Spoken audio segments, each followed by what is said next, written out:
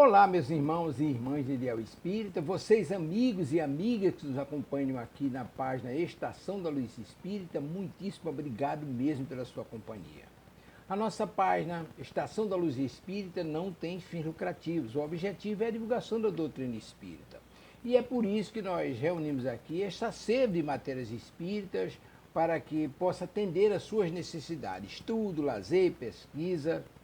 Você encontra aqui na nossa página Estação da Luz Espírita os livros da codificação, obras suplementares, entrevistas, palestras e os programas da Web Rádio Estação da Luz de Natal e Web Rádio Cristo Consolador de São Paulo. Ou seja, um acervo que atenda às suas necessidades, sem fins lucrativos. O objetivo é a divulgação da doutrina espírita. E agora eu convido você para nos acompanhar na reprodução de mais esse trabalho imperdível. Muito obrigado mesmo pela sua companhia e vamos juntos!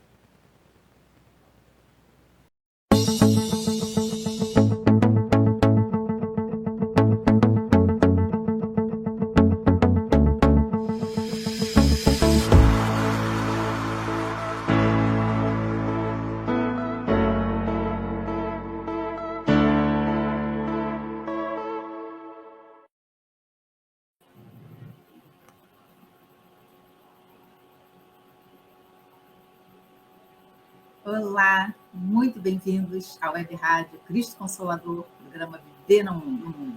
Vai ao ar toda terça-feira, às 19 horas. Muito bem-vindo, amigos, bem-vinda, Ana Lu, bem-vinda, Zé Mauro. Olá, boa noite a todos. Boa noite, Ana Lu, boa noite, Luzia. Ana Lu, seja bem-vinda de volta aqui conosco. E a todos, eu desejo que tenhamos mais uma hora nesta noite de muito proveito. Boa noite, Luzia. Boa noite, Zé Mauro. Boa noite, queridos amigos. Já estou vendo aqui tia Edila, Marcos Brandão. Obrigada aí pelo bem-vindo. Depois de um intervalinho, eu estou de volta. Hoje o time está completo e isso é muito bom. Saudade de estar aqui com vocês. E nós, saudades de você, que completa o grupo. O grupo fica incompleto sem você. E vamos lá fazer a nossa prece de abertura. Ana Lúcia, faz para a gente? Faço sim. Meus queridos amigos, meus irmãos de caminhada, a noite chegou e os nossos corações devem estar agradecidos por mais um dia, pela oportunidade que tivemos de trabalhar, de comer algo que gostamos, de tantas coisas, tantos acontecimentos que nós tivemos no dia de hoje. Este é o momento em que nós elevamos os nossos pensamentos, alegramos os nossos corações, pois teremos a oportunidade de falar sobre Jesus. Então, que neste momento, o Mestre dos Mestres possa nos abençoar, possa adentrar os nossos lares, trazendo harmonia e paz. Obrigada, Jesus, por mais esta noite de estudo. Auxilia-nos a realizarmos um estudo sereno e dentro dos teus ensinamentos. Graças a Deus, graças a Jesus. Graças a Deus. Boa noite, minha tia Edila, tia linda. Esqueci de dar boa noite. Boa noite, tia Edila. Boa noite, Marcos Brandão. Seja bem-vindo. Um abraço, Marcos. E não esqueçam de deixar o like e acionar o sininho, que é muito importante para a rádio, para o programa. Então, vamos lá, para o nosso tema de hoje. Hoje, nós vamos falar sobre as curas de Jesus. E Jesus encarnou entre nós para nos ensinar a amar, para nos ensinar o que é o amor, que o amor, só o amor salva, que só o amor cura as nossas almas e, consequentemente, cura as nossas doenças do corpo. Jesus veio para curar as nossas almas para que esse benefício se repercutisse no corpo físico. E o corpo, ele só reflete as doenças do nosso espírito. É algo que vem de dentro para fora. O corpo só exterioriza. E se tivermos a fé verdadeira, nós também podemos nos curar. É aquela história, né, que a mente, ela pode salvar e pode matar? Pois é. Então, se nós tivermos a fé verdadeira, nós podemos nos curar. Assim como aconteceu com a mulher morroíça, que recebeu a cura sem mesmo tocar no mestre, apenas tocou na sua túnica, mas é porque ela tinha muita fé. E a doutrina espírita explica, esse trocadilho aí de letra, a doutrina espírita explica que as doenças da alma são manifestações das nossas fraquezas, dos nossos vícios milenares, das nossas mazelas interiores. E o pensamento desequilibrado é o que leva ao surgimento dessas doenças orgânicas, psíquicas, emocionais. E o pensamento salutar, edificante, mantém as células em harmonia. Então, mente sã e corpo são. Ainda hoje, habitamos um corpo perecível, passível de doenças. Isso porque as nossas almas continuam enfermas. Então, o corpo corresponde a isso, é proporcional ao desenvolvimento das nossas almas, ao adoecimento das nossas almas. A nossa verdadeira cura é de dentro para fora, e isso dá trabalho, requer um grande esforço individual e contínuo. Ninguém pode fazer por nós, não existe pílulazinha mágica. É esforço, é diário, é direto. E Emmanuel nos elucida que os desequilíbrios, né, ou as enfermidades do espírito, eles têm início com as infrações às leis divinas, na falta de cumprimento do dever para com Deus, para com o semelhante e para conosco. E o mestre dizia que faça-se conforme a vossa fé. E aí é que entra a nossa parte, a fé. Se tivermos a fé do tamanho de um grão de mostarda, o mestre disse, nós moveríamos a montanha daqui para ali, conforme ele nos falou. Mas a nossa fé, ela é oscilante, né? Temos mais ou menos fé, confiamos mais ou menos na obra divina, recebemos, então, mais ou menos a cura, porque nós ainda acreditamos mais ou menos, nós oscilamos ainda muito.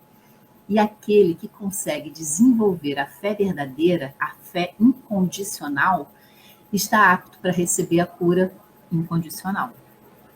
E nós? Será que se Jesus viesse hoje para nos curar as nossas mazelas, proporcionalmente à nossa fé, o que aconteceria?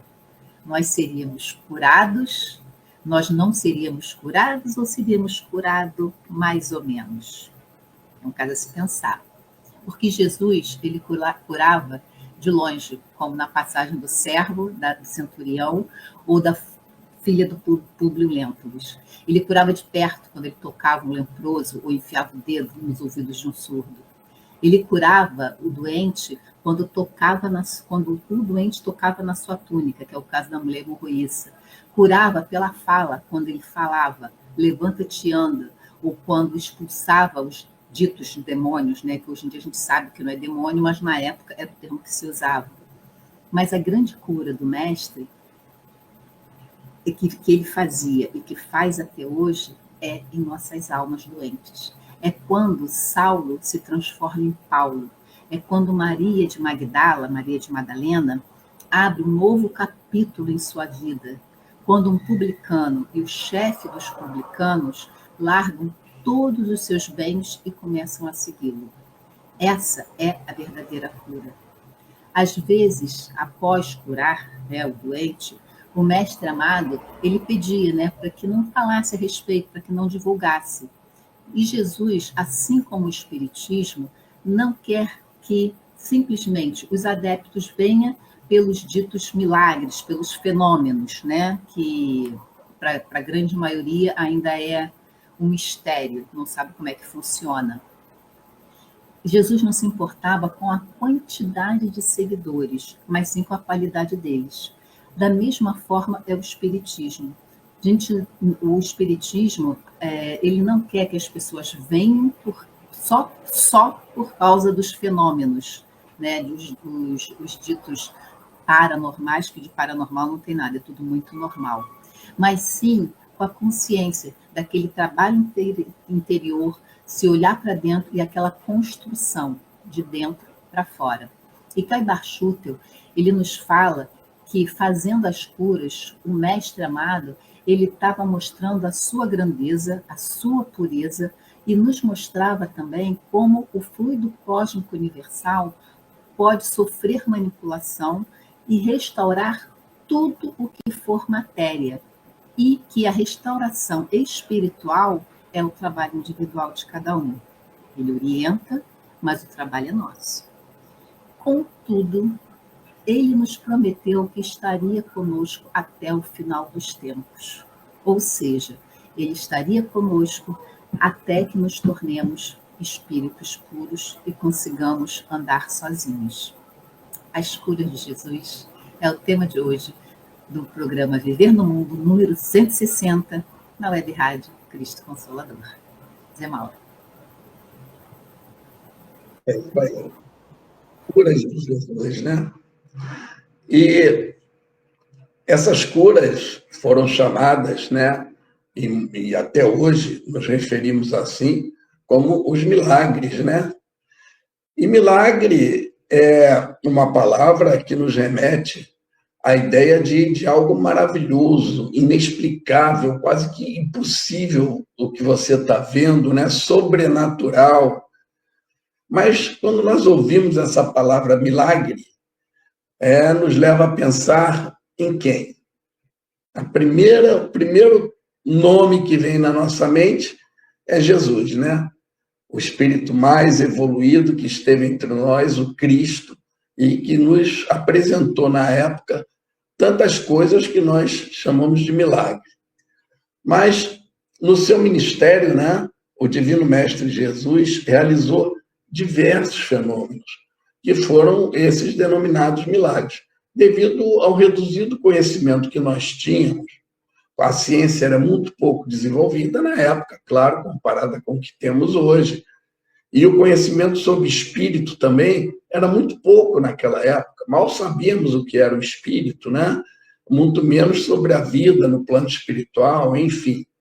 Então, atualmente, nós temos o auxílio dessa doutrina espírita, que nos traz muitos esclarecimentos, explicações, tanto no campo espiritual como no campo científico, porque ela é ciência também, né? Ela nos traz a chamada ciência dos espíritos, e a ciência dos homens já está estudando algumas coisas da doutrina, trazidos pela doutrina espírita, né? E esses chamados milagres, que continuam sendo maravilhosos, né? Porém, não são mais assim tão inexplicáveis, né? Ainda não conseguimos, claro, explicar totalmente, entender, mas já vimos que não é algo sobrenatural, é algo que acontece aqui entre nós. Alguma coisa nós já conhecemos, e muito mais virá ainda sobre esses fenômenos, né? Através desses conhecimentos que, à medida que nós vamos avançando, aí estão vindo sempre mais esclarecimentos da espiritualidade de luz, esses trabalhadores da Seara do Cristo, através dos psicógrafos, que trazem livros com mais explicações. Claro, né? Jesus não podia falar tudo naquela época, também quando trouxe a doutrina, Kardec montou a doutrina, mas ali ainda tem informações que nós vamos aprender à medida que nós fomos evoluindo, né? E nesses fenômenos, ocorria o quê? Quando acontecia um milagre? Um entrelaçamento, né? Uma junção dos fatores científicos e espirituais, podemos chamar assim, né? Aquelas coisas que são da ciência dos homens, que nós já estamos estudando algumas e vamos estudar outras que, à medida que os cientistas forem avançando, e aquelas que são dos espíritos, né? Aquela parte que é realmente do mundo espiritual. Mas tudo isso mesmo acontecendo, se entrelaçando, tudo de acordo sempre com as leis de Deus, é claro. A gente encontra uma explicação sobre os fenômenos no Evangelho segundo o Espiritismo, eu vou ler um trechinho aqui, que é muito importante, diz assim: o poder da fé se demonstra de modo direto e especial na ação magnética, e por seu intermédio, o homem atua sobre o fluido magnético e sobre o fluido agente universal e modifica-lhes as qualidades e lhe dá uma impulsão, por assim dizer, irresistível. Então, estão nos dizendo aí que o homem, por intermédio desse magnetismo, né, da ação magnética, ele atua com o fluido universal.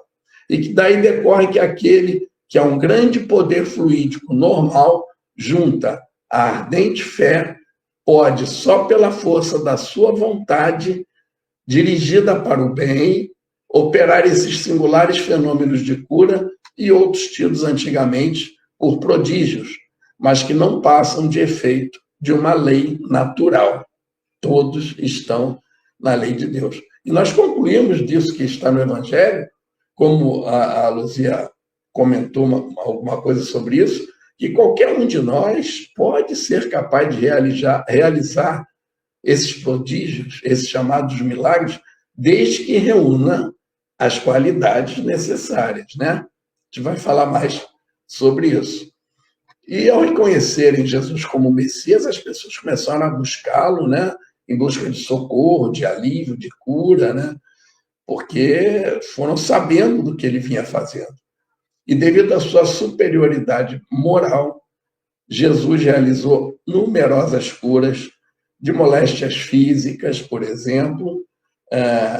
Podemos citar a restituição da saúde, de capacidades que haviam sido perdidas em vários casos, como, por exemplo, do cego de Betsaida, que Jesus... Eles usam o termo, Marcos, no capítulo 8, versículo 22. Eles usam muito esse termo, Jesus cuspiu nos olhos do homem. Na verdade, como aquele do cego à beira do lago, que Jesus cuspiu na terra, pegou aquela laminha, passou nos olhos dele. Jesus usava a saliva. Imagine que água fluidificada mais poderosa existe do que a saliva do Mestre Jesus, com todas as intenções, toda a capacidade e poder que ele tinha. Então, ele passa nos olhos do homem e acaba curando. A cura física, né? De uma doença,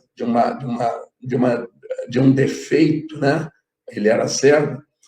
Então, esse termo eles usam várias vezes.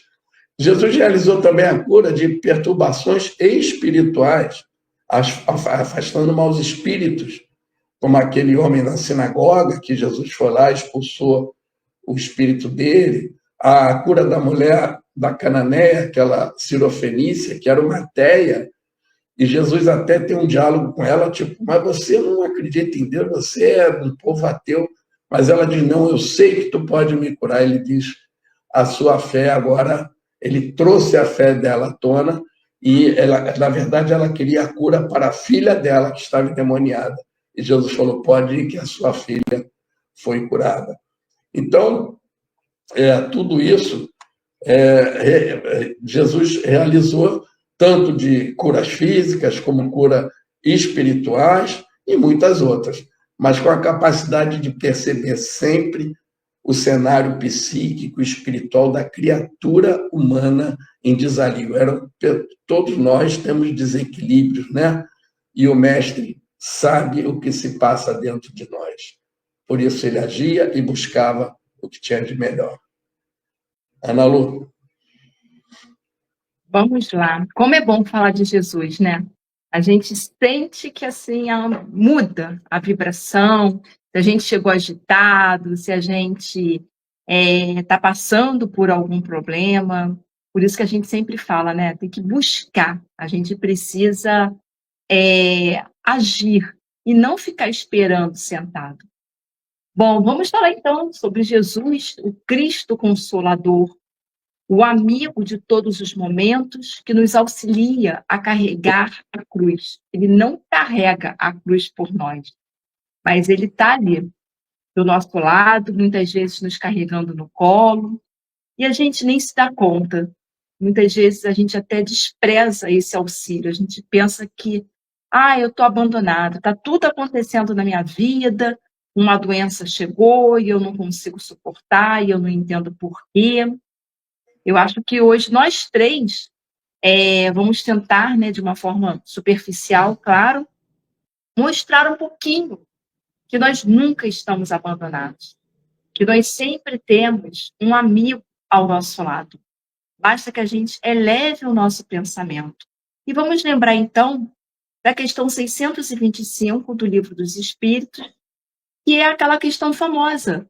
Qual o tipo mais perfeito que Deus tem oferecido ao homem para lhe servir de guia e modelo? Jesus.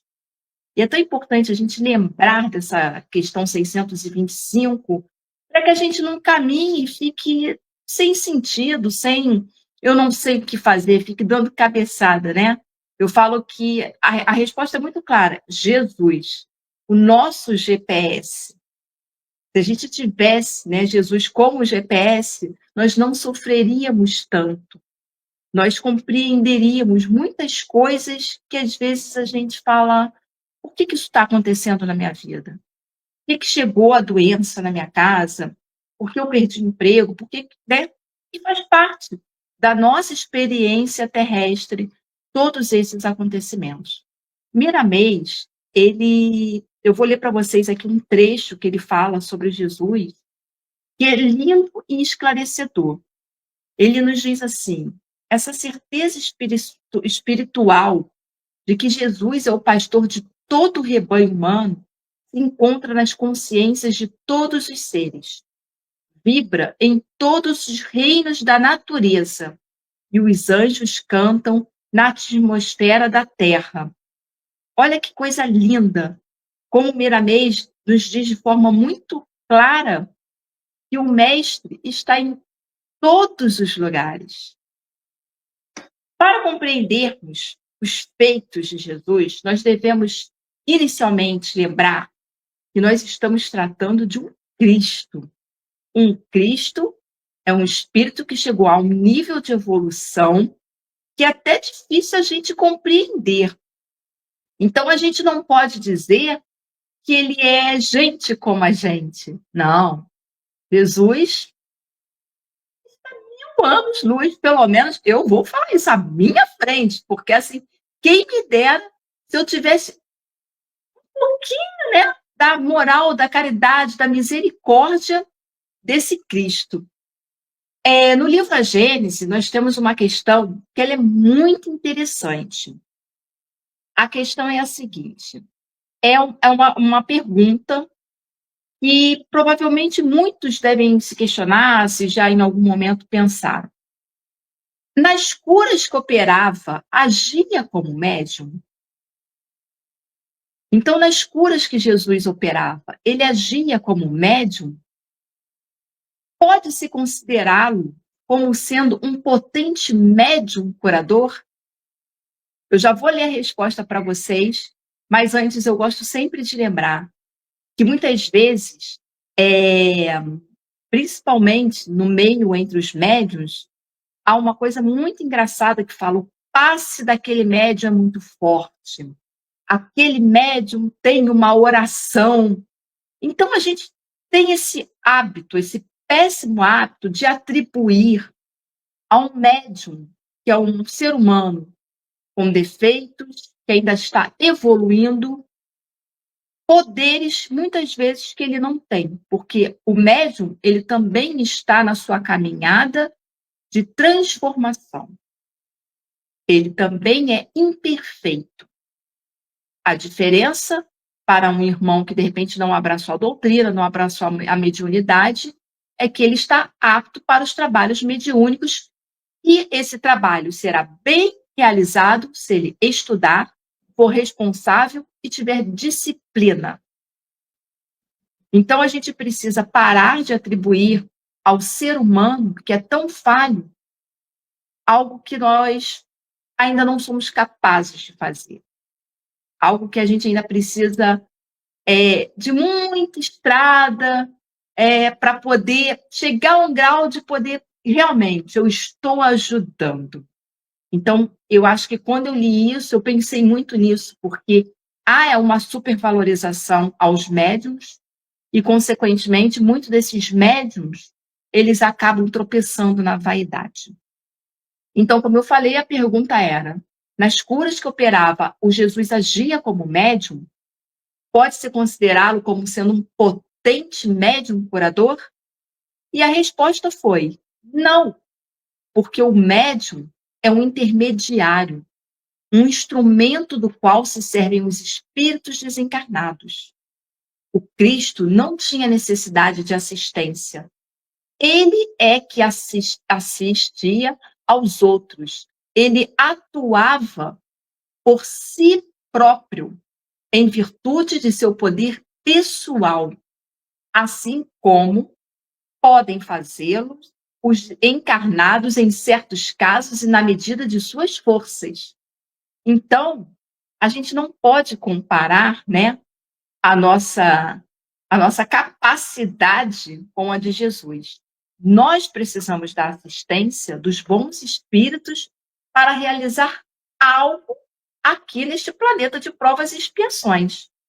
Então, nesse trecho fica muito claro que nós somos o quê? Limitados. Como ainda não sabemos nada. Somente um espírito tão evoluído como Jesus poderia passar por tudo que ele passou e ainda abraçar a humanidade e ainda auxiliar o próximo. Vou terminar esse bloco deixando uma questão para vocês pensarem. Será que se nós passássemos pelas traições, pelas violências, pelas tentações, por tudo que Jesus passou, nós seríamos capazes, teríamos compaixão, misericórdia da humanidade e seríamos capazes de auxiliar os irmãos doentes? Que a gente reflita sobre essa questão, né, Luzia? Com certeza.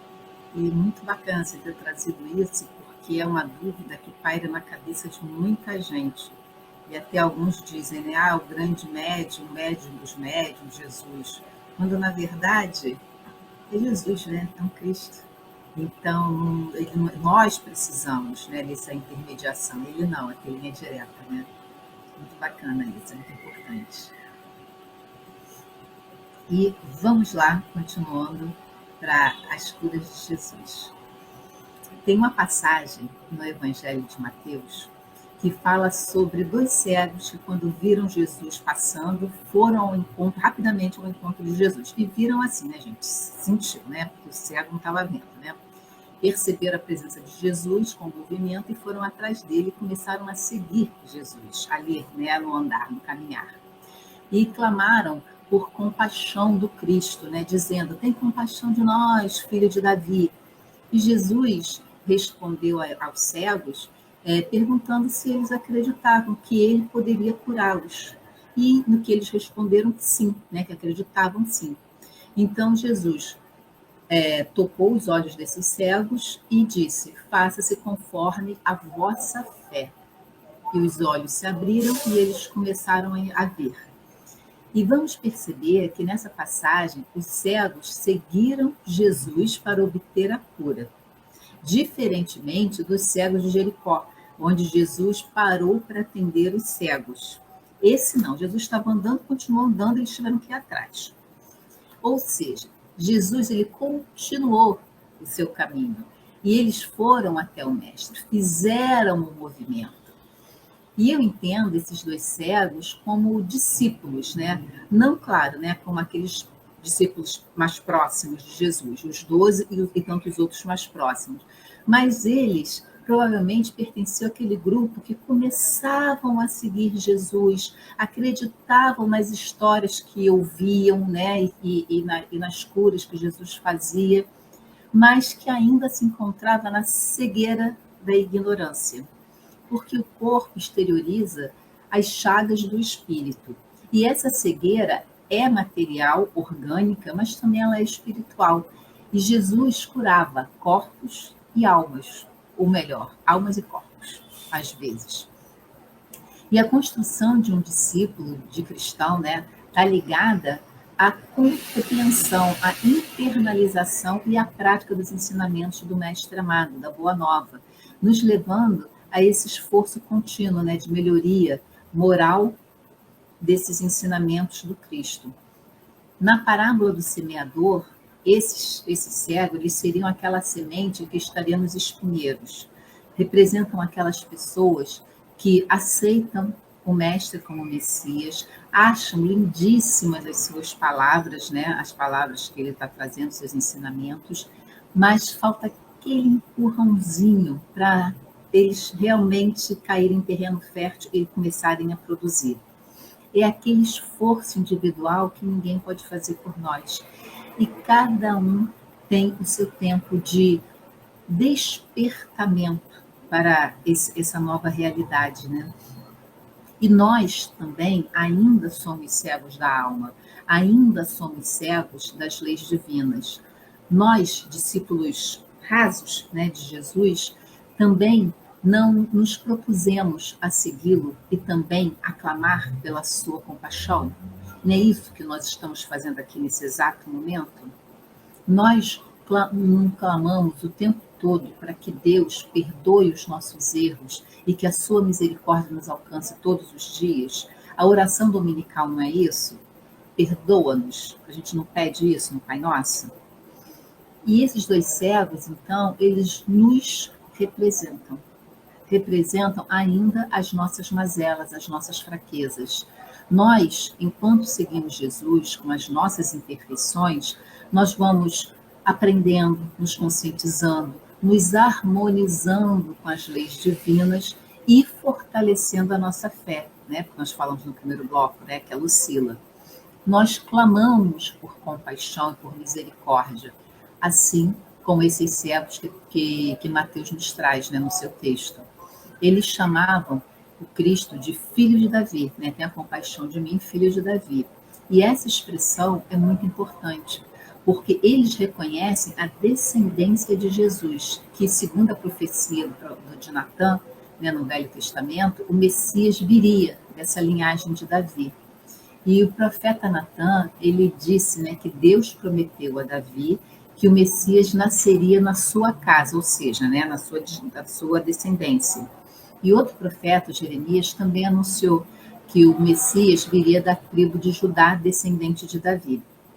E a genealogia de Jesus nos evangelhos nos mostra que realmente ele era descendente de Davi e cumpria, assim, a profecia do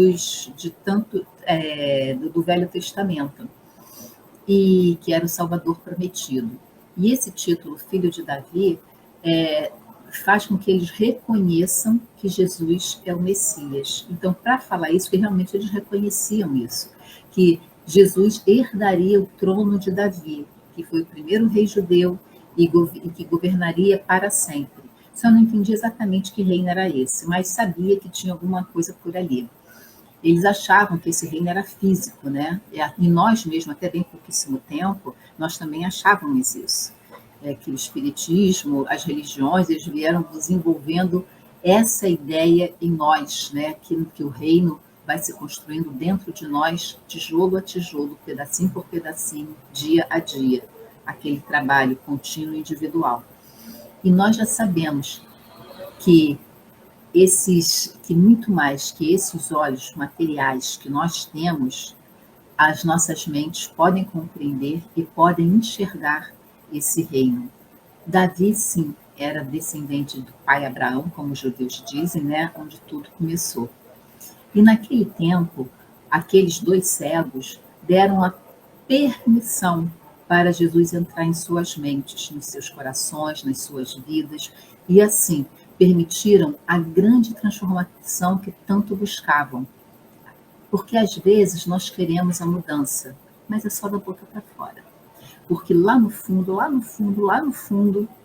nós não nos esforçamos o suficiente para que ela ocorra. A gente quer, mas não quer muito. É aquele mais ou menos, né, que nos persegue. E o Evangelho, ele nos diz, batei e a porta se abrirá. Mas tem que bater. Buscai e achareis, mas tem que buscar, assim como os cegos fizeram. Os cegos, eles buscaram o Mestre, seguiram o Mestre, e assim eles encontraram o Mestre, ou seja, trouxeram o Mestre para dentro dos seus corações. E quando o Mestre amado os pergunta se eles acreditavam que poderiam ser curados por ele, na verdade, Jesus estava vendo até onde ia a fé deles. Se era aquela superficial, oscilante, ou se realmente vinha do coração, da conscientização das leis divinas e do papel de cada um deles na criação. Jesus era um mestre, né? Ele sabia o que passava nos corações e nas mentes de cada um. Então ele sabia até onde ele puxava, quando puxava e por que puxava e quem puxava. É mal.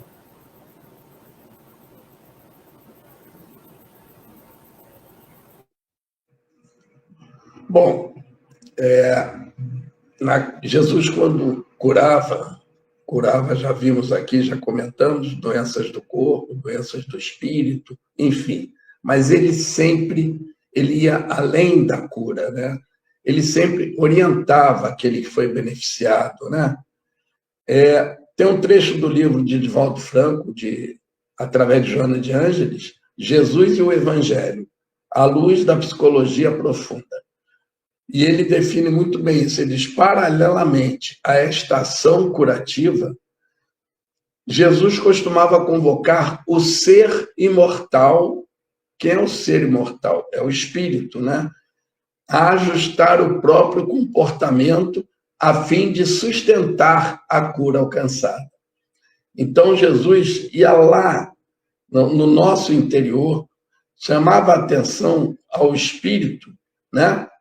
Para ajustar o seu comportamento, até para sustentar aquela cura, se ele sair dali errando, e ele não cansava de recomendar que se operasse nesses enfermos que vinham desejosos de saúde, muitos com problemas no corpo físico, e a maioria dos nossos problemas vem do espírito, né? Que acaba criando doenças e problemas também no nosso corpo físico.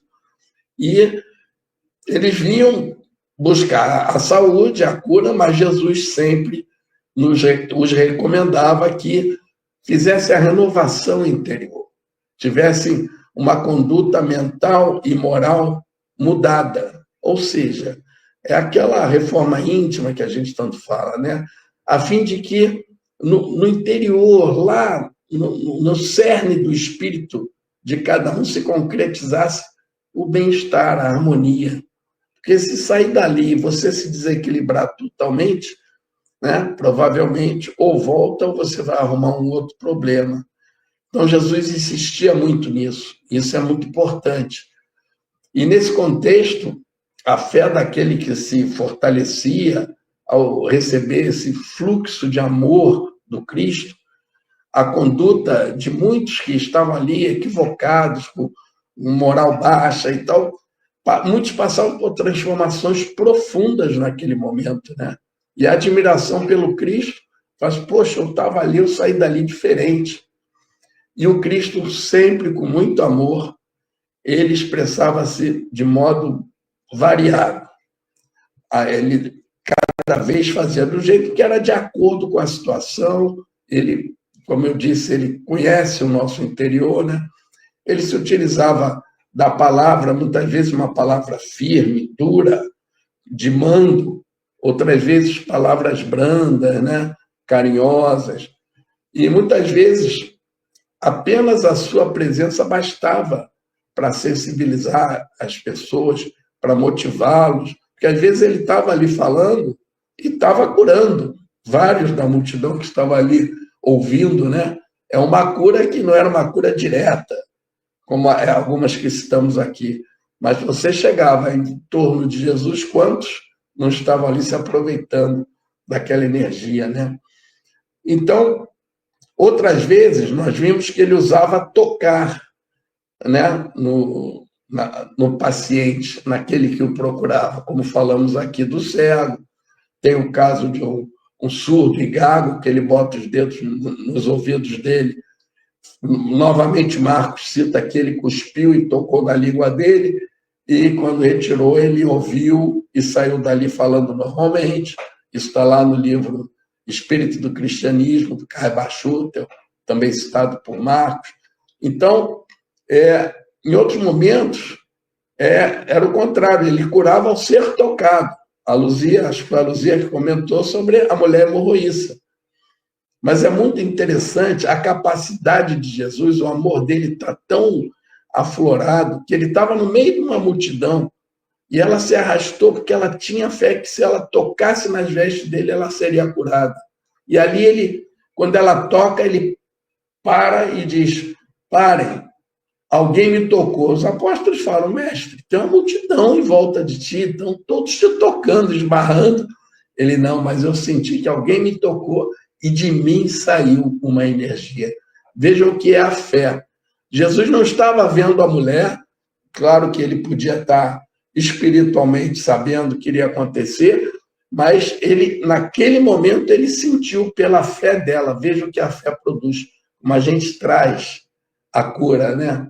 É muito importante isso. E além de curar tocando ou sendo tocado, ele também curava à distância. Quem não conhece aquele caso do centurião romano, né? Que procurou Jesus e disse: meu servo está morrendo, está sofrendo muito. E aí Jesus diz: vamos até a sua casa. E ele diz: Senhor, eu não sou digno que entrei na minha casa, mas dizer uma palavra e ele vai estar salvo.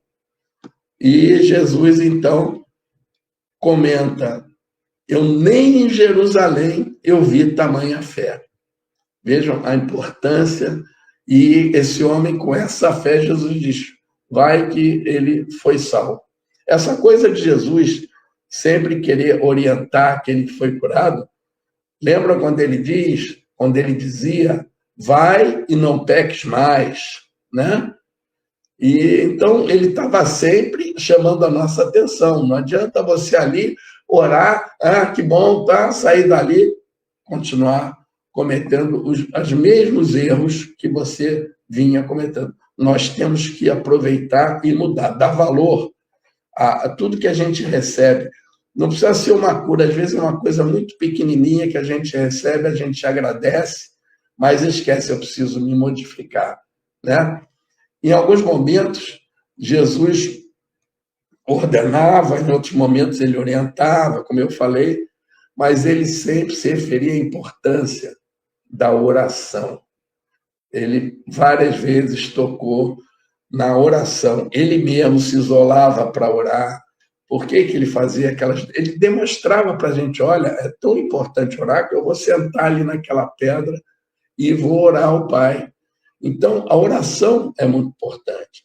Jesus sugeria a oração porque ela cria uma ponte vibratória que é fácil construir e por todo mundo que deseja realmente a vitória sobre os sofrimentos. Então, se a gente orar com fé, com força, né, essa ponte é muito importante. Isso é citado também no livro Jesus e o Evangelho, da Joana de Ângeles Condival. Mas com o advento do Consolador Prometido, né, a doutrina espírita chega então à compreensão mais esclarecida das leis naturais que regem o universo, a atuação do pensamento, da vontade, da fé e sobre o fluido universal, que já estamos aqui, que é preciso muitas vezes manipulá-lo para realizar uma cura, e a gente sabe que isso acontece. Tem vários médios que têm essa condição e estão por aí, graças a Deus, beneficiando muitos. Ana Lu. Vamos lá, vamos dar continuidade agora, conhecendo um pouquinho da passagem aqui dos 10 leprosos. A gente já olha assim, né? Leprosos, a gente nem chegaria perto, né? Quando a gente começa a ler, a gente já fica assim, às vezes na rua, a pessoa nem tem lepra, pede alguma coisa, está um pouquinho assim, né?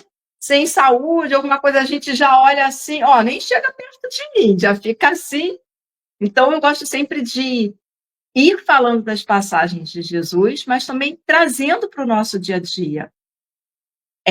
Mas não esquecendo, nós não somos Jesus, né? Não somos o Cristo. Então, um dia, indo ele, Jesus, para Jerusalém, passava pelos confins da Samária e da Galileia. E estando prestes a entrar numa aldeia, 10 leprosos vieram ao seu encontro e, conservando-se afastados, chamaram em altas vozes: Jesus, Senhor nosso, tem piedade de nós. Dando com eles, disse-lhe Jesus: Ide, mostrai-vos aos sacerdotes. O Haroldo Dutra ele faz uma observação que essa questão dos sacerdotes foi pedida para eles porque os sacerdotes eles tinham a função de ser vigilantes sanitários. Tanto que todas as pessoas que eram detectadas com algum tipo de doença, como a lepra, as doenças de pele, que existiam muito na época de Jesus, elas iam para o Vale dos Leprosos, elas eram afastadas. Quando iam a caminho, ficaram curados. Um deles, vendo-se curado, voltou sobre os seus passos, glorificando a Deus em altas vozes, e foi lançar-se aos pés de Jesus, com o rosto em terra, a lhe render graças. Esse era o samaritano. Então, aqui nessa passagem, a gente está vendo que foram 10 leprosos que procuraram Jesus, né? Gritaram lá, tem piedade de nós. Saíram, mas somente um voltou. Os samaritanos, eles eram cismáticos, nos é dito isso no texto da Gênesis. Significa um membro de um grupo dissidente, né? Os judeus, eles não gostavam dos samaritanos, eles, né, não tinham simpatia, não abraçavam os samaritanos. Era aquela facção contrária, né? Assim, não faz parte do nosso grupo, então tem que ficar de lado. Na verdade, os judeus, eles desprezavam os samaritanos, né? Então, a gente observa que Jesus, ele curava indistintamente. Não importa se você era judeu, se você era samaritano, da onde você pertencia, ele simplesmente curava. Ele está o quê? Nos dando uma lição de que nós deveríamos fazer isso no nosso dia a dia. E a gente observa que muitas pessoas, não, eu só faço isso se for para esse grupo até aqui, eu só vou fazer isso se for isso. Então, fica uma primeira lição dessa passagem, né? E eu lembrei muito do fora da caridade não há salvação. Que a gente fala tanto como espíritas, né? Fora da caridade não há salvação. Mas a gente, às vezes, encontra muitos espíritas julgando irmãos de outras religiões.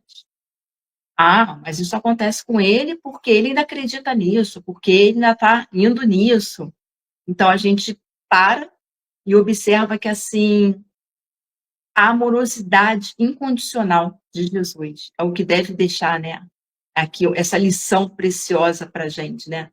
Ele não tinha não fazia essa distinção, ele apenas curava.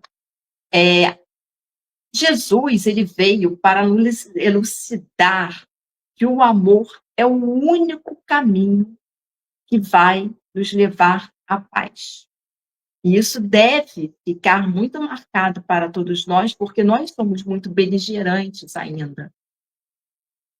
Então, continua a história. Disse então Jesus, né, para o samaritano: Não foram curados todos 10? Onde estão os outros 9? Nenhum deles houve que voltasse e glorificasse a Deus, a não ser o estrangeiro, que foi o samaritano, que voltou e mostrou a verdadeira fé. E aqui nesse trecho, eu lembrei que muitos buscam templos espirituais, né? Vão tomar passe, fluidifica a água, faz um monte de coisa, passa até por cirurgia espiritual. Mas a questão é, nós temos fé? Porque essa fasquinha que vai fazer toda a diferença.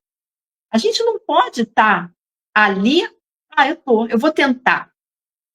Não é tentar, é acreditar. No momento de desespero, a gente apela para tudo, né? Isso é bem interessante. Quando a gente está lá no meio da tempestade, parece que ela nunca vai passar. Aí a gente o quê? Pensa em Deus, faz promessa, me ajuda, pelo amor de Deus. Mas e a fé? Porque mesmo que a gente passe por essas tormentas, o que você aprendeu quando você estava no meio da tempestade? E a gente pode dizer com muita tranquilidade que talvez 1% saia de uma tempestade, de um tumulto, e vá dar continuidade a essa fé. Vai realmente aprender a lição, como o samaritano. Muitos voltam para o seu dia a dia como se nada tivesse acontecido e vida que segue. E muitas vezes nem volta lá na casa espírita, como se nada tivesse acontecido. Então, assim, foi um episódio, que bom, eu superei e vida que segue. Então, quando a gente lê todas essas passagens que hoje estão sendo trazidas para nós, eu acho que a gente precisa falar, e o que eu já passei? Porque todo mundo aqui já passou por alguma questão de saúde. Se não pessoal, familiar, com um amigo. Aquelas pessoas amigas que às vezes estão doentes, ai, por favor, reza por mim. Mas aí a gente tem vontade de perguntar, você reza por você? Você tampou a sua parte? Você está fazendo a sua parte? Ou se realmente você conseguir a cura, superar esse momento difícil, depois você vai esquecer. Então, a gente precisa o quê? Aprofundar, né? Trazer para a nossa vida, porque aí sim vai ter um significado real. Então, quando nós passamos por algo tão marcante assim, não é à toa. É isso, não é à toa. Há um real significado espiritual, um chamado para nós mudarmos, para nós nos transformarmos. E a gente precisa pensar se nós realmente estamos fazendo isso. E o finalzinho da história, né? Jesus fala para o samaritano: levanta-te e vai. A tua fé te salvou. Luzia.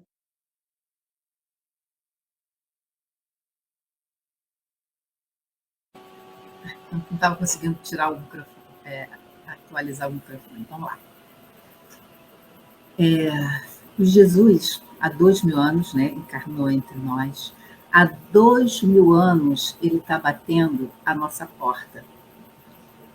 2000 anos nós estamos com a porta fechada, sem abrir para Jesus, ou abre uma frestinha, quando na verdade nós precisamos nos abrir a porta do nosso coração, da nossa mente, da nossa vida, para que Jesus opere em nós as curas necessárias, curando o nosso corpo pela manipulação do fluido cósmico universal, do emprego do magnetismo animal, do emprego do magnetismo espiritual, mas também a nossa alma, principalmente curar a nossa alma doentia.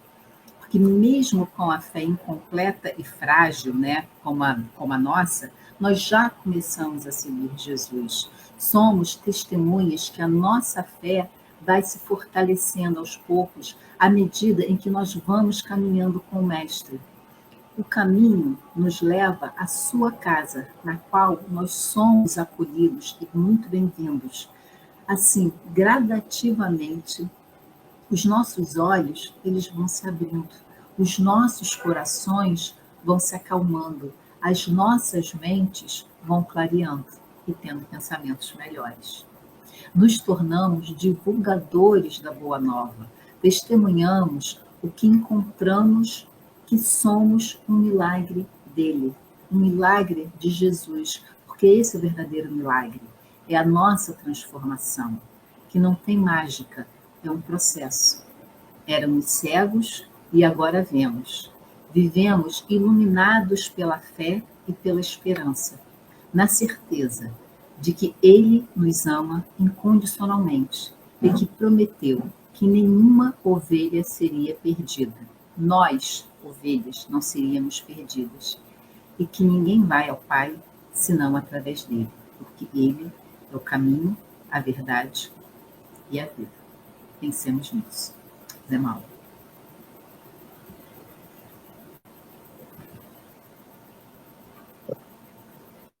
A superioridade moral do Cristo, a vontade dele direcionada ao bem, atuando sobre o fluido universal, como falamos aqui, e sobre aquele enfermo, né? Tudo isso aliados à fé, à disponibilidade interna para a mudança e as condições físicas e psíquicas daquele ser, né? Daquela pessoa, daquele que busca pela cura. E mais o seu contexto espiritual e evolutivo, que a gente pode traduzir por merecimento, né? Então, nós precisamos estar prontos para, aliando tudo isso a essa superioridade moral, no caso até de espíritos hoje que vêm nos curar, né? No ato, nós precisamos estar preparados e conscientes, porque todos esses fatores juntos é que se entrelaçam e formam aqueles chamados milagres de Jesus. E a fé raciocinada, que a doutrina nos traz, ela ajuda muito, porque ela confere ao homem lucidez, fortalecimento espiritual, esperança, né? Uma resignação ativa.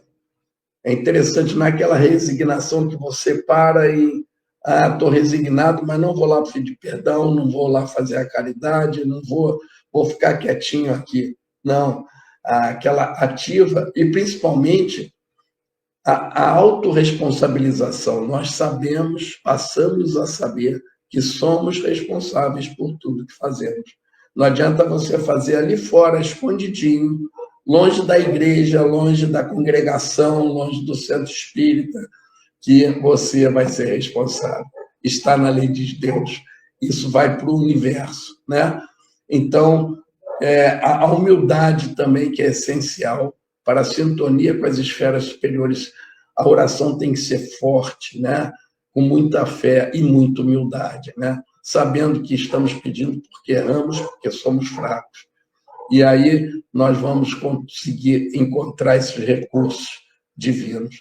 Essa é a nossa parte, então, para nós podermos receber, porque nós não percebemos, mas os espíritos trabalhadores estão muitas vezes ao nosso lado, nos curando, nos ajudando na nossa cura física, nos curando espiritualmente, porque nós pedimos, oramos, estamos merecendo, eles vêm. A gente não pede, Bezerra de Menezes, manda os seus intercessores lá ajudar o médico para operar fulano, que eu gosto muito, não é? Assim eles vêm trabalhar conosco. Então, o nosso papel é manter o nosso pensamento no bem, a vontade, né, de crescer, de mudar, a fé forte, a humildade e pensar muito em estar sempre trabalhando a nossa moral e a nossa espiritualidade. É isso aí, Lila. Ana Lu. Bom, para finalizar, vamos lembrar, fica uma pergunta, né, para a gente. Por que Jesus curava? Ele não curava à toa. O objetivo era que nós possamos voltar à nossa essência, né? Que a gente pudesse nos conhecermos melhor, os doentes voltassem a observar a lei divina, né? Que a gente não perdesse contato com a fé, com a lei divina. Por isso, esse era o objetivo da cura. E que a gente não esqueça, né? O médico das almas, ele vai estar sempre ao nosso lado, nos protegendo, nos guiando, mas a gente não pode agir como os 9 leprosos que foram embora de forma ingrata. Sejamos como o samaritano, né? Vamos voltar e assim, obrigada, Jesus. E agora, a partir de hoje, eu vou voltar o olhar mais para o meu interior e vou fazer diferente. E eu gostaria de lembrar, quem tiver curiosidade, de escutar uma música lindíssima, uma música católica. Cura Jesus onde dói. que é do Padre Antônio Maria. Não sei se alguém aqui conhece a música. A música ela é linda e ela fala: Vamos, Jesus, passear na minha vida. Quero voltar aos lugares em que fiquei só. Quero voltar lá contigo, vendo que estavas comigo. Quero sentir teu amor a me embalar. Cura, Senhor, onde dói. Cura, Senhor, bem aqui. Cura, Senhor, onde eu não posso ir. Uma noite de muita paz a todos. E eu achando que a Ana Lu ia cantar, gente. Então, Não, já preparada. eu não faço Eu isso também. com vocês. Seria Já ia até abuso da pedir minha bis e parte. tudo. Amigos, eu espero que tenhamos conseguido passar a essência do que é a cura, do que eram as curas, do que são as curas de Jesus. Que, na verdade, é a cura da nossa alma. E isso exterioriza para o corpo, que vai ficando cada vez menos doente, cada vez menos materializados, e assim nós vamos evoluindo. Então, que sigamos o exemplo de Jesus, abertos a todos, a tudo, e com um coração enorme. Que esse já é um grande passo para começar a nossa cura interior. Amar. Esse é o grande remédio para tudo. Vamos dar boa noite rapidinho para os nossos amigos, porque a gente está assim, estourado o tempo. Vamos lá. Tia Edila, Marcos Brandão, Maria Isabel, Foi dela. Mariana, Daniela, a Beijo, Sabete, Dani. que é a Associação Amelie Budê, bacana, tá com a gente, Seara, Ana Maranhão, tua mãe, Ana, Oi, mãe! Tudo bem? que está dizendo aqui que é linda a música, a Associação Amelie Budê. Então, vamos orar para agradecer esse momento que tivemos juntos e tantas bênçãos recebidas. Zé Mauro, você faz para a gente rapidinho a prece de agradecimento e ensinamento? Vamos elevar nosso pensamento, sintonizar com a espiritualidade e dando graças a Deus e a Jesus. Agradecemos estar encerrando mais uma hora desse tratamento dos ensinamentos para que possamos assimilar a cada vez que aqui estamos. E, Pai, aqui estamos tentando fazer a nossa parte e te pedir. Cura-nos, Pai, cura-nos. Graças a Deus e graças a Jesus. Graças a Deus. E até a próxima terça-feira, na Web Rádio Cristo Consolador, 19 horas. Programa Viver no Mundo. Beijos. Tenha uma Até lá. excelente semana. Não esqueçam de dar o like.